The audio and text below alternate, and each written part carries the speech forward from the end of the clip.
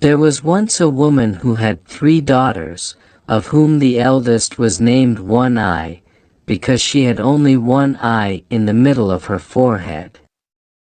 The second had 2 eyes, like other people, and she was called Two Eyes. The youngest had 3 eyes, 2 like her second sister, and one in the middle of her forehead, like the eldest, and she bore the name of 3 Eyes. Now because little 2 Eyes looked just like other people, her mother and sisters could not endure her. They said to her, "You are not better than common folks, with your 2 eyes, you don't belong to us." So they pushed her about, and threw all their old clothes to her for her to wear, and gave her only the pieces that were left to eat, and did everything that they could to make her miserable. It so happened that little 2 Eyes was sent into the fields to take care of the goats, and she was often very hungry, although her sisters had as much as they liked to eat. So one day she seated herself on a mound in the field, and began to weep and cry so bitterly that 2 little rivulets flowed from her eyes. Once, in the midst of her sorrow, she looked up, and saw a woman standing near her who said, "What are you weeping for, little 2 Eyes?" "I cannot help weeping," she replied, "for because I have 2 eyes, like other people, my mother and sisters cannot bear me. They push me about from one corner to another and make me wear their old clothes, and give me nothing to eat but what is left, so that I am always hungry. Today they gave me so little that I am nearly starved." "Dry up your tears, little 2 Eyes," said the wise woman. "I will tell you something to do which will prevent you from ever being hungry again. You have only to say to your own goat, 'Little goat, if you're able, pray deck out my table,' and immediately there will be a pretty little table before you full of all sorts of good things for you to eat, as much as you like. And when you have had enough, and you do not want the table any more, you need only say, 'Little goat, when you're able, remove my nice table,' and it will vanish from your eyes." Then the wise woman went away. "Now," thought little 2 Eyes, "I will try if what she says is true, for I am very hungry." So she said, "Little goat, if you're able, pray deck out my table." The words were scarcely spoken, when a beautiful little table stood really before her. It had a white cloth and plates, and knives and forks, and silver spoons, and such a delicious dinner, smoking hot as if it had just come from the kitchen. Then little 2 Eyes sat down and said the shortest grace she knew, "Pray God be our guest for all time. Amen," before she allowed herself to taste anything. But oh, how she did enjoy her dinner! And when she had finished, she said, as the wise woman had taught her, "Little goat, when you're able, remove my nice table." In a moment, the table and everything upon it had disappeared. "That is a pleasant way to keep house," said little 2 Eyes, and felt quite contented and happy. In the evening, when she went home with the goat, she found an earthenware dish with some scraps which her sisters had left for her, but she did not touch them. The next morning she went away with the goat, leaving them behind where they had been placed for her.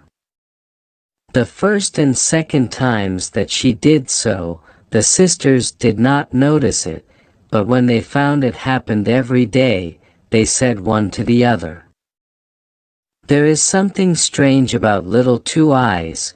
She leaves her supper every day, and all that has been put for her has been wasted.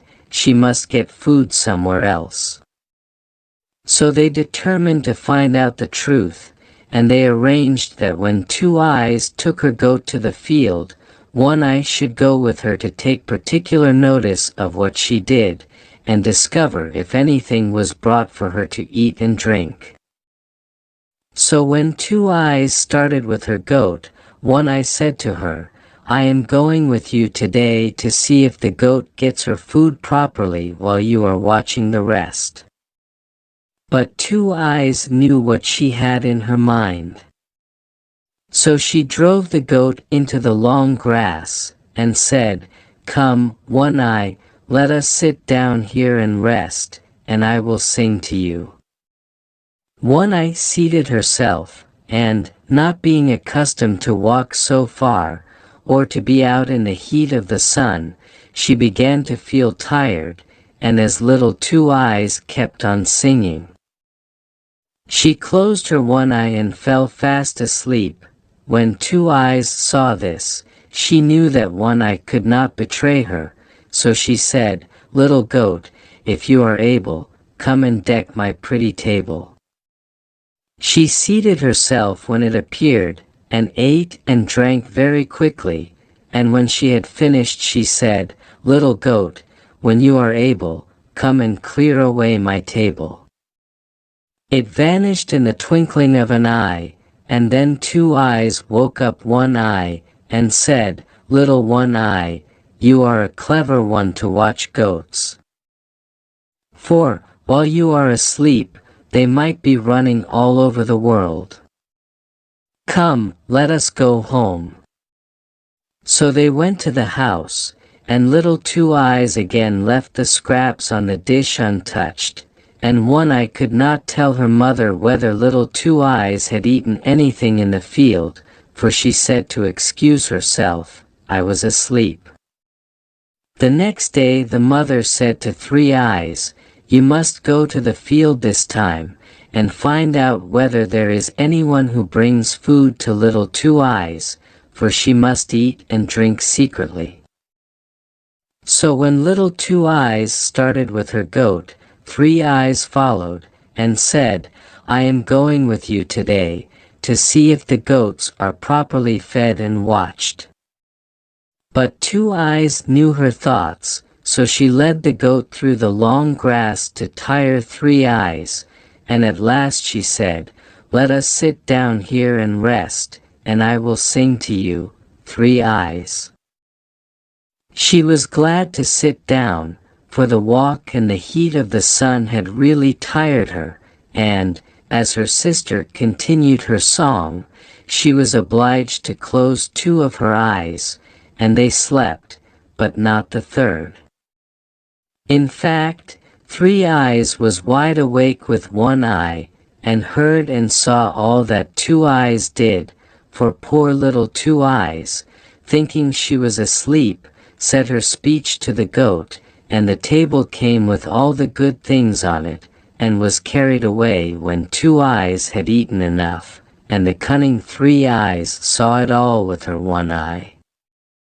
But she pretended to be asleep when her sister came to wake her and told her she was going home. That evening, when Little Two Eyes again left the supper they placed aside for her, Three Eyes said to her mother, "I know where the proud thing gets her good eating and drinking," and then she described all she had seen in the field. "I saw it all with one eye," she said, for she had made my other two eyes close with her fine singing, but luckily the one in my forehead remained open. Then the envious mother cried out to poor Little Two Eyes, "You wish to have better food than we, do you? You shall lose your wish." She took up a butcher's knife, went out, and stuck the good little goat in the heart, and it fell dead. When Little Two Eyes saw this, she went out into the field, seated herself on a mound, and wept most bitter tears. Presently the wise woman stood again before her, and said, "Little Two Eyes, why do you weep?" "Ah," she replied, "I must weep. The goat who every day spread my table so beautifully, has been killed by my mother, and I shall have again to suffer from hunger and sorrow. Little Two Eyes, said the wise woman, I will give you some good advice. Go home, and ask your sister to give you the inside of the slaughtered goat, and then go and bury it in the ground in front of the house door.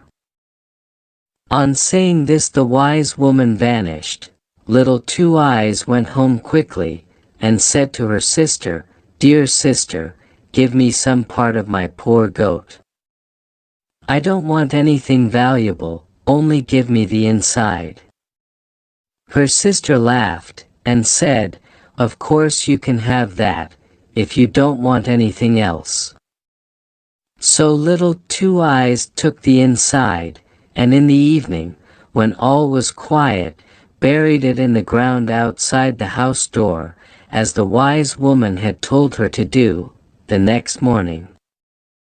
When they all rose and looked out of the window, there stood a most wonderful tree, with leaves of silver and apples of gold hanging between them. Nothing in the wide world could be more beautiful or more costly. They none of them knew how the tree could come there in one night, excepting Little Two Eyes. She supposed it had grown up from the inside of the goat, for it stood over where she had buried it in the earth.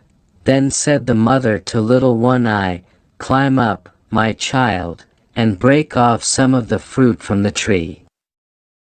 One Eye climbed up, but when she tried to catch a branch and pluck one of the apples, it escaped from her hand, and so it happened every time she made the attempt, and, do what she would, she could not reach one. Three Eyes, said the mother, climb up, and try what you can do. Perhaps you will be able to see better with your 3 eyes than One Eye can. One Eye slid down from the tree, and 3 Eyes climbed up. But 3 Eyes was not more skillful. With all her efforts she could not draw the branches, nor the fruit, near enough to pluck even a leaf, for they sprang back as she put out her hand. At last the mother was impatient, and climbed up herself, but with no more success, for, as she appeared to grasp a branch, or fruit, her hand closed upon thin air. May I try? Said Little Two Eyes, perhaps I may succeed. You, indeed, cried her sisters, you, with your 2 eyes, what can you do? But 2 Eyes climbed up, and the golden apples did not fly back from her when she touched them, but almost laid themselves on her hand, and she plucked them one after another, till she carried down her own little apron full. The mother took them from her, and gave them to her sisters, as she said Little Two Eyes did not handle them properly, but this was only from jealousy, because Little Two Eyes was the only one who could reach the fruit, and she went into the house feeling more spiteful to her than ever. It happened that while all 3 sisters were standing under the tree together, a young knight rode by. Run away, quick, and hide yourself, Little Two Eyes, hide yourself somewhere, for we shall be quite ashamed for you to be seen. Then they pushed the poor girl, in great haste, under an empty cask, which stood near the tree, and several of the golden apples that she had plucked along with her. As the knight came nearer they saw he was a handsome man, and presently he halted, and looked with wonder and pleasure at the beautiful tree with its silver leaves and golden fruit. At last he spoke to the sisters, and asked, To whom does this beautiful tree belong? If a man possessed only one branch he might obtain all he wished for in the world. This tree belongs to us, said the 2 sisters, and we will break off a branch for you if you like. They gave themselves a great deal of trouble in trying to do as they offered, but all to no purpose, for the branches and the fruit evaded their efforts, and sprung back at every touch. "This is wonderful," exclaimed the knight. "That the tree should belong to you, and yet you are not able to gather even a branch." They persisted, however, in declaring that the tree was their own property. At this moment Little Two Eyes, who was angry because her sisters had not told the truth, caused 2 of the golden apples to slip out from under the cask, and they rolled on till they reached the feet of the knight's horse. When he saw them, he asked in astonishment where they came from. The 2 ugly maidens replied that they had another sister, but they dared not let him see her, for she had only 2 eyes, like common people, and was named Little Two Eyes. But the knight felt very anxious to see her, and called out, "Little Two Eyes, come here." Then came Two Eyes, quite comforted, from the empty cask, and the knight was astonished to find her so beautiful. Then he said, "Little Two Eyes, can you break off a branch of the tree for me?" "Oh yes," she replied, "I can, very easily, for the tree belongs to me." And she climbed up, and, without any trouble, broke off a branch with its silver leaves and golden fruit and gave it to the knight. He looked down at her as she stood by his horse, and said, "Little Two Eyes, what shall I give you for this?" "Ah," she answered, "I suffer from hunger and thirst, and sorrow, and trouble, from early morning till late at night. If you would only take me with you, and release me, I should be so happy." Then the knight lifted the little maiden on his horse, and rode home with her to his father's castle.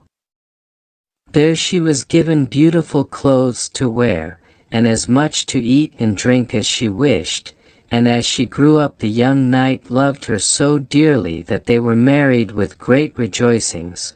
Now, when the 2 sisters saw Little Two Eyes carried away by the handsome young knight, they were overjoyed at their good fortune. "The wonderful tree belongs to us now," they said. "Even if we cannot break off a branch, yet everybody who passes will stop to admire it, and make acquaintance with us, and, who knows, we may get husbands after all." But when they rose the next morning, lo! the tree had vanished, and with it all their hopes. And on this very morning, when Little Two Eyes looked out of her chamber window of the castle, she saw, to her great joy, that the tree had followed her. Little Two Eyes lived for a long time in great happiness, but she heard nothing of her sisters, till one day 2 poor women came to the castle, to beg for alms.